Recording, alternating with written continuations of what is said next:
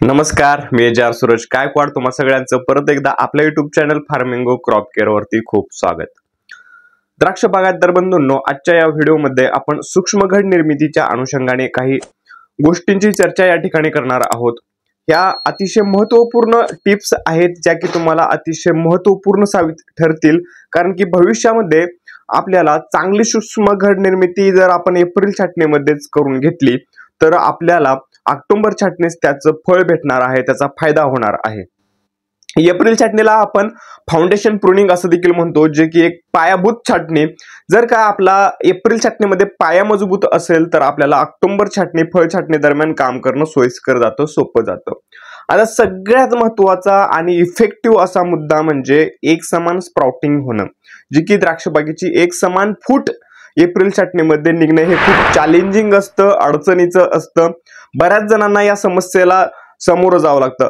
तरी एक समान फूट का निघत नाही, तर यासाठी वातावरणाचा मोठा इफेक्ट आपल्या द्राक्ष बागेवरती होतो। वातावरण हे साधारण 40 डिग्री सेल्सिअस पर्यंत असतं, वातावरणामध्ये बिलकुल आर्द्रता नसते, कोरड्या स्वरूपाचं वातावरण असतं आणि अशामध्ये आपल्याला द्राक्ष बागेची फूट एक समान चांगल्या स्वरूपाची करून घ्यायची आहे।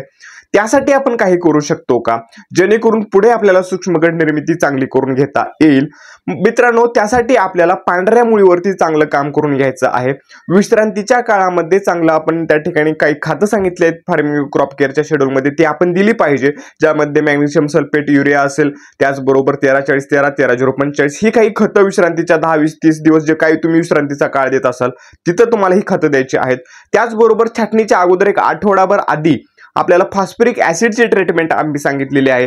ती फॉस्फरिक ऍसिडची ट्रीटमेंट आपण ऍप्लिकेशन ते कसं द्यायचं ते देखील आपण त्या ठिकाणी महत्त्वपूर्ण ठरतं, कारण की पांढऱ्या मुळीच्या विस्तारासाठी फॉस्फरिक ऍसिड देखील आपल्याला थोडंफार चालना देत असतं। त्याचबरोबर ह्युमिक ऍसिड ही आपल्याला छाटणीच्या अगोदर 4 दिवस आपल्याला ड्रिपला ऍप्लिकेशन द्यायचं आहे, जेणेकरून पांढऱ्या मुळीला आपल्याला ऍक्टिव्ह करून घ्यायचं आहे। त्याचबरोबर मित्रांनो, आपल्याला पांढऱ्या मुळीला समृद्ध आणि ऍक्टिव्ह ठेवण्यासाठी आपण साधारण बेड हे 1 फुटापर्यंत तोडले पाहिजेत, जेणेकरून जुन्या मुळा तुटतील आणि नवीन मुळा त्या ठिकाणी लगेच येतील। त्यासाठी आपल्याला आंतरमशागत करत असताना मोगड्याच्या सहाय्याने आपण 1 फुटापर्यंत बेड नक्की फोडावा आणि नंतर त्यामध्ये साधारण जो आपण खत देतो बेसोडोस छाटणी केल्याच्या नंतर किंवा करत असताना यामध्ये आपण सिंगल सुपर फॉस्फेट एकरी 4 ते 5 बॅगचं रिकमेंडेशन करतो। त्याचबरोबर डीएपी असेल, युरिया असेल, जी काही खतं आहेत जे की तुम्ही बेसोडोस मध्ये देणार आहात तुमच्या शेड्यूलनुसार, किंवा आमच्या फार्मिंगो क्रॉप केअरचं जर शेड्यूल असेल तुमच्याकडे तर डोळे झाकून तुम्हाला सगळ्या गोष्टी सोयीस्कर जातील।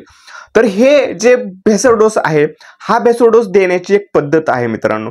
बरेच शेतकरी काय करतात, एकदम बेडवरती असं रांगोळ घालतात किंवा त्या ठिकाणी बेडवरती एक आच्छादन केल्यासारखं ते बेसोडोस देतात। पावडरची पिट्टी, सुपरची पिट्टी वरच्या बाजूला असते, त्यावरती कसल्याही प्रकारची माती नसते आणि ते पाण्याच्या ड्रिपच्या पाण्याने वाहून जातं, फटीमध्ये जातं, ते वेस्टेज जातं। आणि विशेष म्हणजे जे SSP सिंगल सुपर फॉस्फेट आपण देतो ते अजिबात आपल्या द्राक्षवेलीला लागू पडत नाही, कारण की ते जर आपण डायरेक्ट मातीसोबत दिलं तरच ते काम करणार आहे, किंवा विदाऊट मातीसोबत ते कसल्याही स्वरूपाचं काम करत नाही। म्हणून आपल्याला द्राक्षबागेच्या ठिबकच्या खाली जी आपली ठिबकची तोटी आहे त्याच्या खाली साधारण अर्धा ते 1 फुटाचा का होईना आपल्याला खड्डा करावा, जेणेकरून त्या खड्ड्याचा फायदा असा होईल, आपली मुळी काही प्रमाणामध्ये जुनी तुटेल आणि नवीन मूळ येण्यासाठी ते पोषक राहील। त्याचबरोबर त्यामध्ये आपण हे सिंगल सुपर फॉस्फेट भरावं आणि नंतर आपल्याकडे शेणखत असेल किंवा मातीच्या साहाय्याने आपण हे बेड पुन्हा नवीन करून घ्यावेत, बेडचं नूतनीकरण परत नवीन करून घ्यावं, रेझरच्या साहाय्याने नवीन बेड ओढावे। परंतु डायरेक्ट मुळांच्या कक्षामध्ये आपण सिंगल सुपर फॉस्फेट देण्याचा प्रयत्न करावा आणि हा दिलाच पाहिजे। ही एक महत्त्वाची भूमिका आपण या ठिकाणी निभावली पाहिजे, जेणेकरून एक समान फुटीसाठी याचा देखील फायदा होतो। तर ह्या झाल्या काही गोष्टी एक समान फुटीच्या खाली ड्रिप ऍप्लिकेशन असेल, SSPचं ऍप्लिकेशन असेल। तर मित्रांनो, आता आपल्याला एक समान फुटीसाठी वातावरणामध्ये काही बदल करता येईल का? शक्य असेल तर तुम्ही शेडनेट वगैरे ह्या गोष्टी काही जणांना शक्य असेल, खर्चिक बाब आहे, परंतु तुम्ही करू शकता। पण त्याही पेक्षा स्वस्तातली बाब म्हणजे आपल्याकडे फवारण्यासाठी ट्रॅक्टर आहे, ब्लोअर आहे। साधारण 600 लिटरचं ब्लोअर सगळ्याकडे असू शकतं।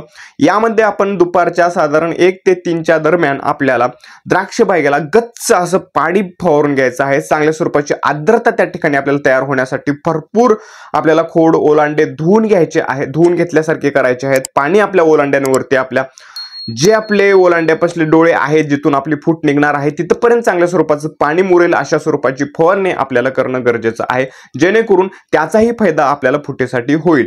त्याचबरोबर मित्रांनो, ड्रिप ऍप्लिकेशन मधून खालून आपल्याला फॉस्फरिक ऍसिड, ह्युमिक ऍसिड हे तर मी सांगितलंच आहे, परंतु त्याचबरोबर आपल्याला तिथं मायक्रोरायझा जे की थोडीफार चालना देतं. मायक्रोरायझा मी नाही म्हणत असं की पूर्णतः मुळीसाठी काम करेल, परंतु थोडीशी चालना देतं, त्यामुळे ते देखील आपण 100 ग्राम एकरी या प्रमाणामध्ये देणं गरजेचं आहे. या काही गोष्टी आहेत बेसिक ज्या की एकसमान फुटीसाठी आपल्याला मदत करतील. आणि पोषण द्रव्यांचं संतुलन व्यवस्थित राखणं या काळामध्ये खूप महत्वाचं आहे. या काळामध्ये आपल्याला एक समान फूट मिळण्यासाठी काही खतं आपल्याला त्या ठिकाणी नत्रयुक्त खतं साधारण 25 ते 30 दिवसापर्यंत छाटणीनंतर आपल्याला देणं गरजेचं आहे, जेणेकरून विगर आपला मेंटेन ठेवायचा आहे आणि चांगल्या स्वरूपाची फूट आपल्याला मिळवायची आहे.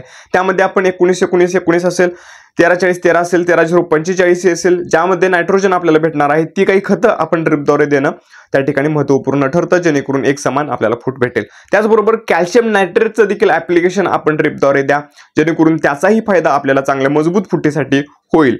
या काही बेसिक गोष्टी आहेत, ह्या आपण लक्षात ठेवून जर काम करत राहिलात तर त्या ठिकाणी आपल्याला खूप महत्त्वपूर्ण हे काम जाणार आहे, सोपं जाणार आहे. आता एवढं सगळं करून हे एखादी वेळेस आपले फूट माग पुढे राहिली, त्यावेळेस काय करायचं, तर विरळणीच्या ज्यावेळेस आपल्याकडे लेबर येतात त्यावेळेस आपण काय करा, तर एकदम रोगट आणि खालच्या बाजूने झुकलेल्या, सूर्यप्रकाशाच्या बाजूने नसलेल्या अशा एकदम रोगट आणि खराब अशा फुटी ज्या आहेत, जेवढ्या काही असतील तेवढ्या पूर्णतः काढून टाका आणि चांगल्या सशक्त 35 ते 45च्या दरम्यान आपल्या फुटी या चांगल्या विरळून चांगल्या ठेवा, जेणेकरून ह्या निरोगी असतील, सशक्त असतील आणि एकदम जबरदस्त भारदार असतील अशाच फुटी आपण ठेवा. माझं रिकमेंडेशन राहील 35 ते 40 केन आपल्या द्राक्ष वेलीवरती असल्या तरी भरपूर आहेत, जेणेकरून पुढे आपल्याला सूर्यप्रकाश आणि फवारणीच्या बाजूने फवारणीच्या व्यवस्थापनाने ते खूप सोपं जाईल. रोगांचं वातावरण असेल तरी त्या ठिकाणी आपल्याला चांगलं कव्हरेज घेता येईल. या अनुषंगाने आपण काड्यांची संख्या सूर्यप्रकाशाच्या दिशेच्या बाजूने चांगली 35 ते 40 एवढ्यापर्यंत केन ठेवणं गरजेचं आहे. तो क्वालिटीचा माल आपण घेऊ शकतो. या गोष्टी आपण करायला हरकत नाही. आता इथे येतो काही फवारण्यांचा मुद्दा.